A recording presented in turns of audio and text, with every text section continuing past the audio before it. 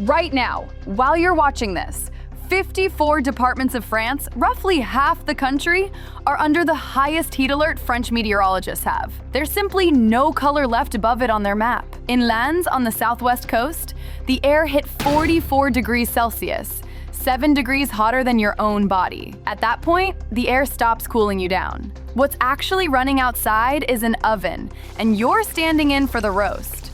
Your body can cool itself down in almost any heat, until it hits a point where that system simply stops working. This summer, that point turned out to be closer than anyone expected.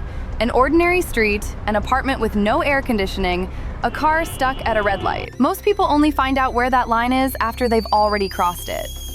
The heat has held for a week straight, without one cool night to break it. And there's barely anywhere to hide. Fewer than 1 in 3 French homes even have air conditioning. And this wasn't the peak yet. The heat kept climbing until it blew straight through a ceiling French forecasters had never once recorded. France's national average, day and night combined, passed 30 degrees Celsius for the first time ever recorded, beating the old record from 2019 by 0.6 of a degree. Thermometers hit 40.3 in Paris, 41.8 in Bordeaux, and 43.6 in Cazaux, down south. For reference, that's roughly the temperature you'd run a hot bath to relax in. Except there was no getting out of this bath. People still had to go to work in it, sit in traffic in it, live an entire ordinary day in it. French forecasters have been counting heat waves since 1947. Of the 52 on record, more than half have hit in just the last 25 years. And this one didn't need a thermometer to prove itself. Asphalt, metal, and plastic across the country started melting, literally. Everyone's heard the joke about frying an egg on the sidewalk. This summer, in Italy and Greece, it stopped being a joke. Road surfaces climbed past 50 degrees Celsius and genuinely started to flow. Rutting, warping, sections closed for emergency repaving in the middle of live traffic, including stretches of one of northern Italy's main highways. Railways had it worse. At those temperatures, steel rails expand and bow into each other. Engineers call it a track buckle, and it's the kind of thing that derails a train. So across France, Germany, and Belgium, trains were slowed to a crawl or canceled outright just to avoid it. If stone, steel, and asphalt can't take this heat out in the open, it's worth asking what's happening right now to the human body left standing under it. Some of France's older hospitals, which never had air conditioning to begin with, spent the worst of the heat wave protecting medicine with blocks of ice packed around the vials.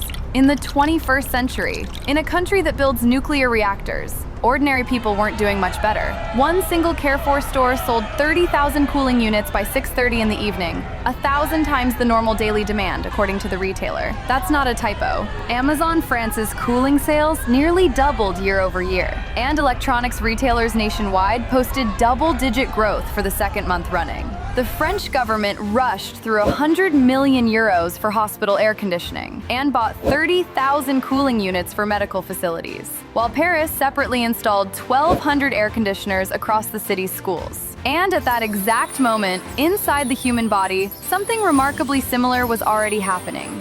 The body has exactly one cooling system: sweat, evaporating off your skin and taking heat with it. But evaporation only works if the air around you can actually absorb that moisture. Past a certain humidity, the air is already full. Sweat stops evaporating. It just sits there, running down your skin, doing absolutely nothing for you. Physicists have a scale for that boundary, with a deceptively boring name: the wet bulb temperature. It's built exactly the way it sounds. Take an ordinary thermometer, wrap it in wet cloth, and put it in front of moving air. The water evaporates, carries heat away, and that thermometer reads lower than a dry one sitting right next to it. Lower by exactly as much as the air can still absorb moisture. Your sweating skin is that same wet-wrapped thermometer. It physically cannot cool below that reading, no matter how much you sweat. As long as the wet bulb number stays a few degrees below your body temperature, you're fine. For years, the assumption was that danger started at 35 degrees on that scale. Then, a team at Penn State put real people into climate chambers and measured exactly where the body gives out. The real limit came in lower, 31 degrees wet bulb. And here's what that number means on an ordinary street thermometer. In truly humid air, 31 wet degrees is an everyday 34 to 37, the exact number cities were already posting this summer. 35 wet bulb has almost never been recorded on Earth. 31 already has, more than once. That limit we opened with? It exists right now, in real cities, and it's creeping closer every single year.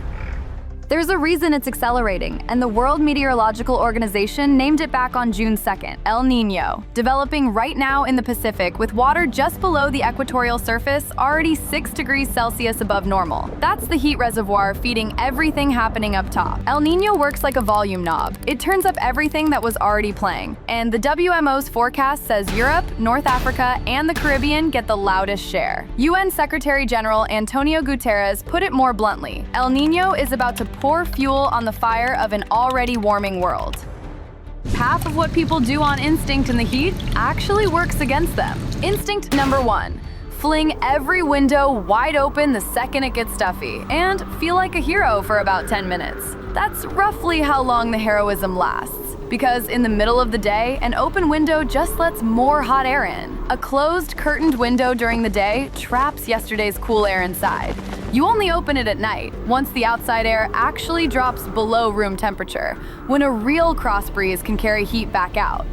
Instinct number 2. Grabbing ice water to drink or dump over yourself. Like your body's a hot frying pan you can just shove under a tap. Sharp cold constricts the blood vessels near your skin and can cramp your stomach, so it does less than you'd think. Room temperature water actually cools you down more efficiently than ice cold ever will. Number 3. A cold beer or an iced cocktail as a reward for surviving the day. The relief lasts about 2 minutes. Alcohol pulls water out of your system faster than you can replace it, and it mutes the exact warning signs your body uses to tell you you're overheating. And the big one, the myth the entire cheap cooling industry is built on: a fan always helps.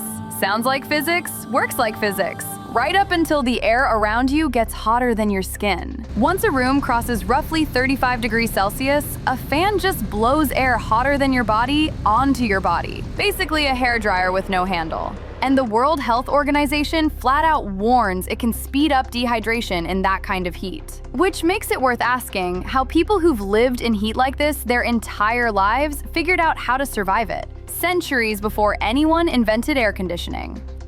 3,000 years ago, Persia came up with a device that outperforms half of today's air conditioners: the Badgir, a wind tower sticking up above the roofline. No wires, no remote, no service contract. Just 3,000-year-old physics. The tower catches wind from outside and funnels it down into the house. And if there's no wind, the sun-heated walls of the tower itself create enough draft to pull cool air up from the basement. Wet screens near the top boost the effect, and altogether, it can drop the indoor temperature 8 to 12 degrees Celsius without a single kilowatt.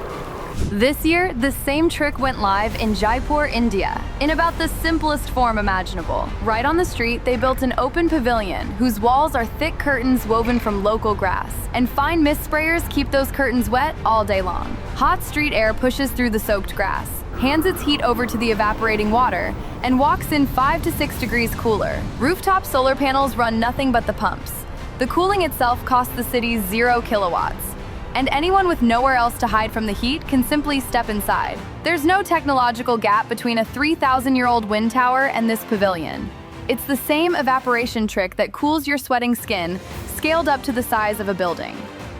We opened with this: the body has a limit, and most people only find it after they've already crossed it. This whole episode has been about working around that limit with precise physics. Evaporation, shade, moving air, the right time of day. The Badgir is 3,000 years old and it still works, which means this summer, without a single air conditioner, you already have every tool you need to stay on the cool side of that line. The limit is real, but now you know exactly where it sits and how not to cross it. And sure, keep the fan, just don't expect it to work miracles.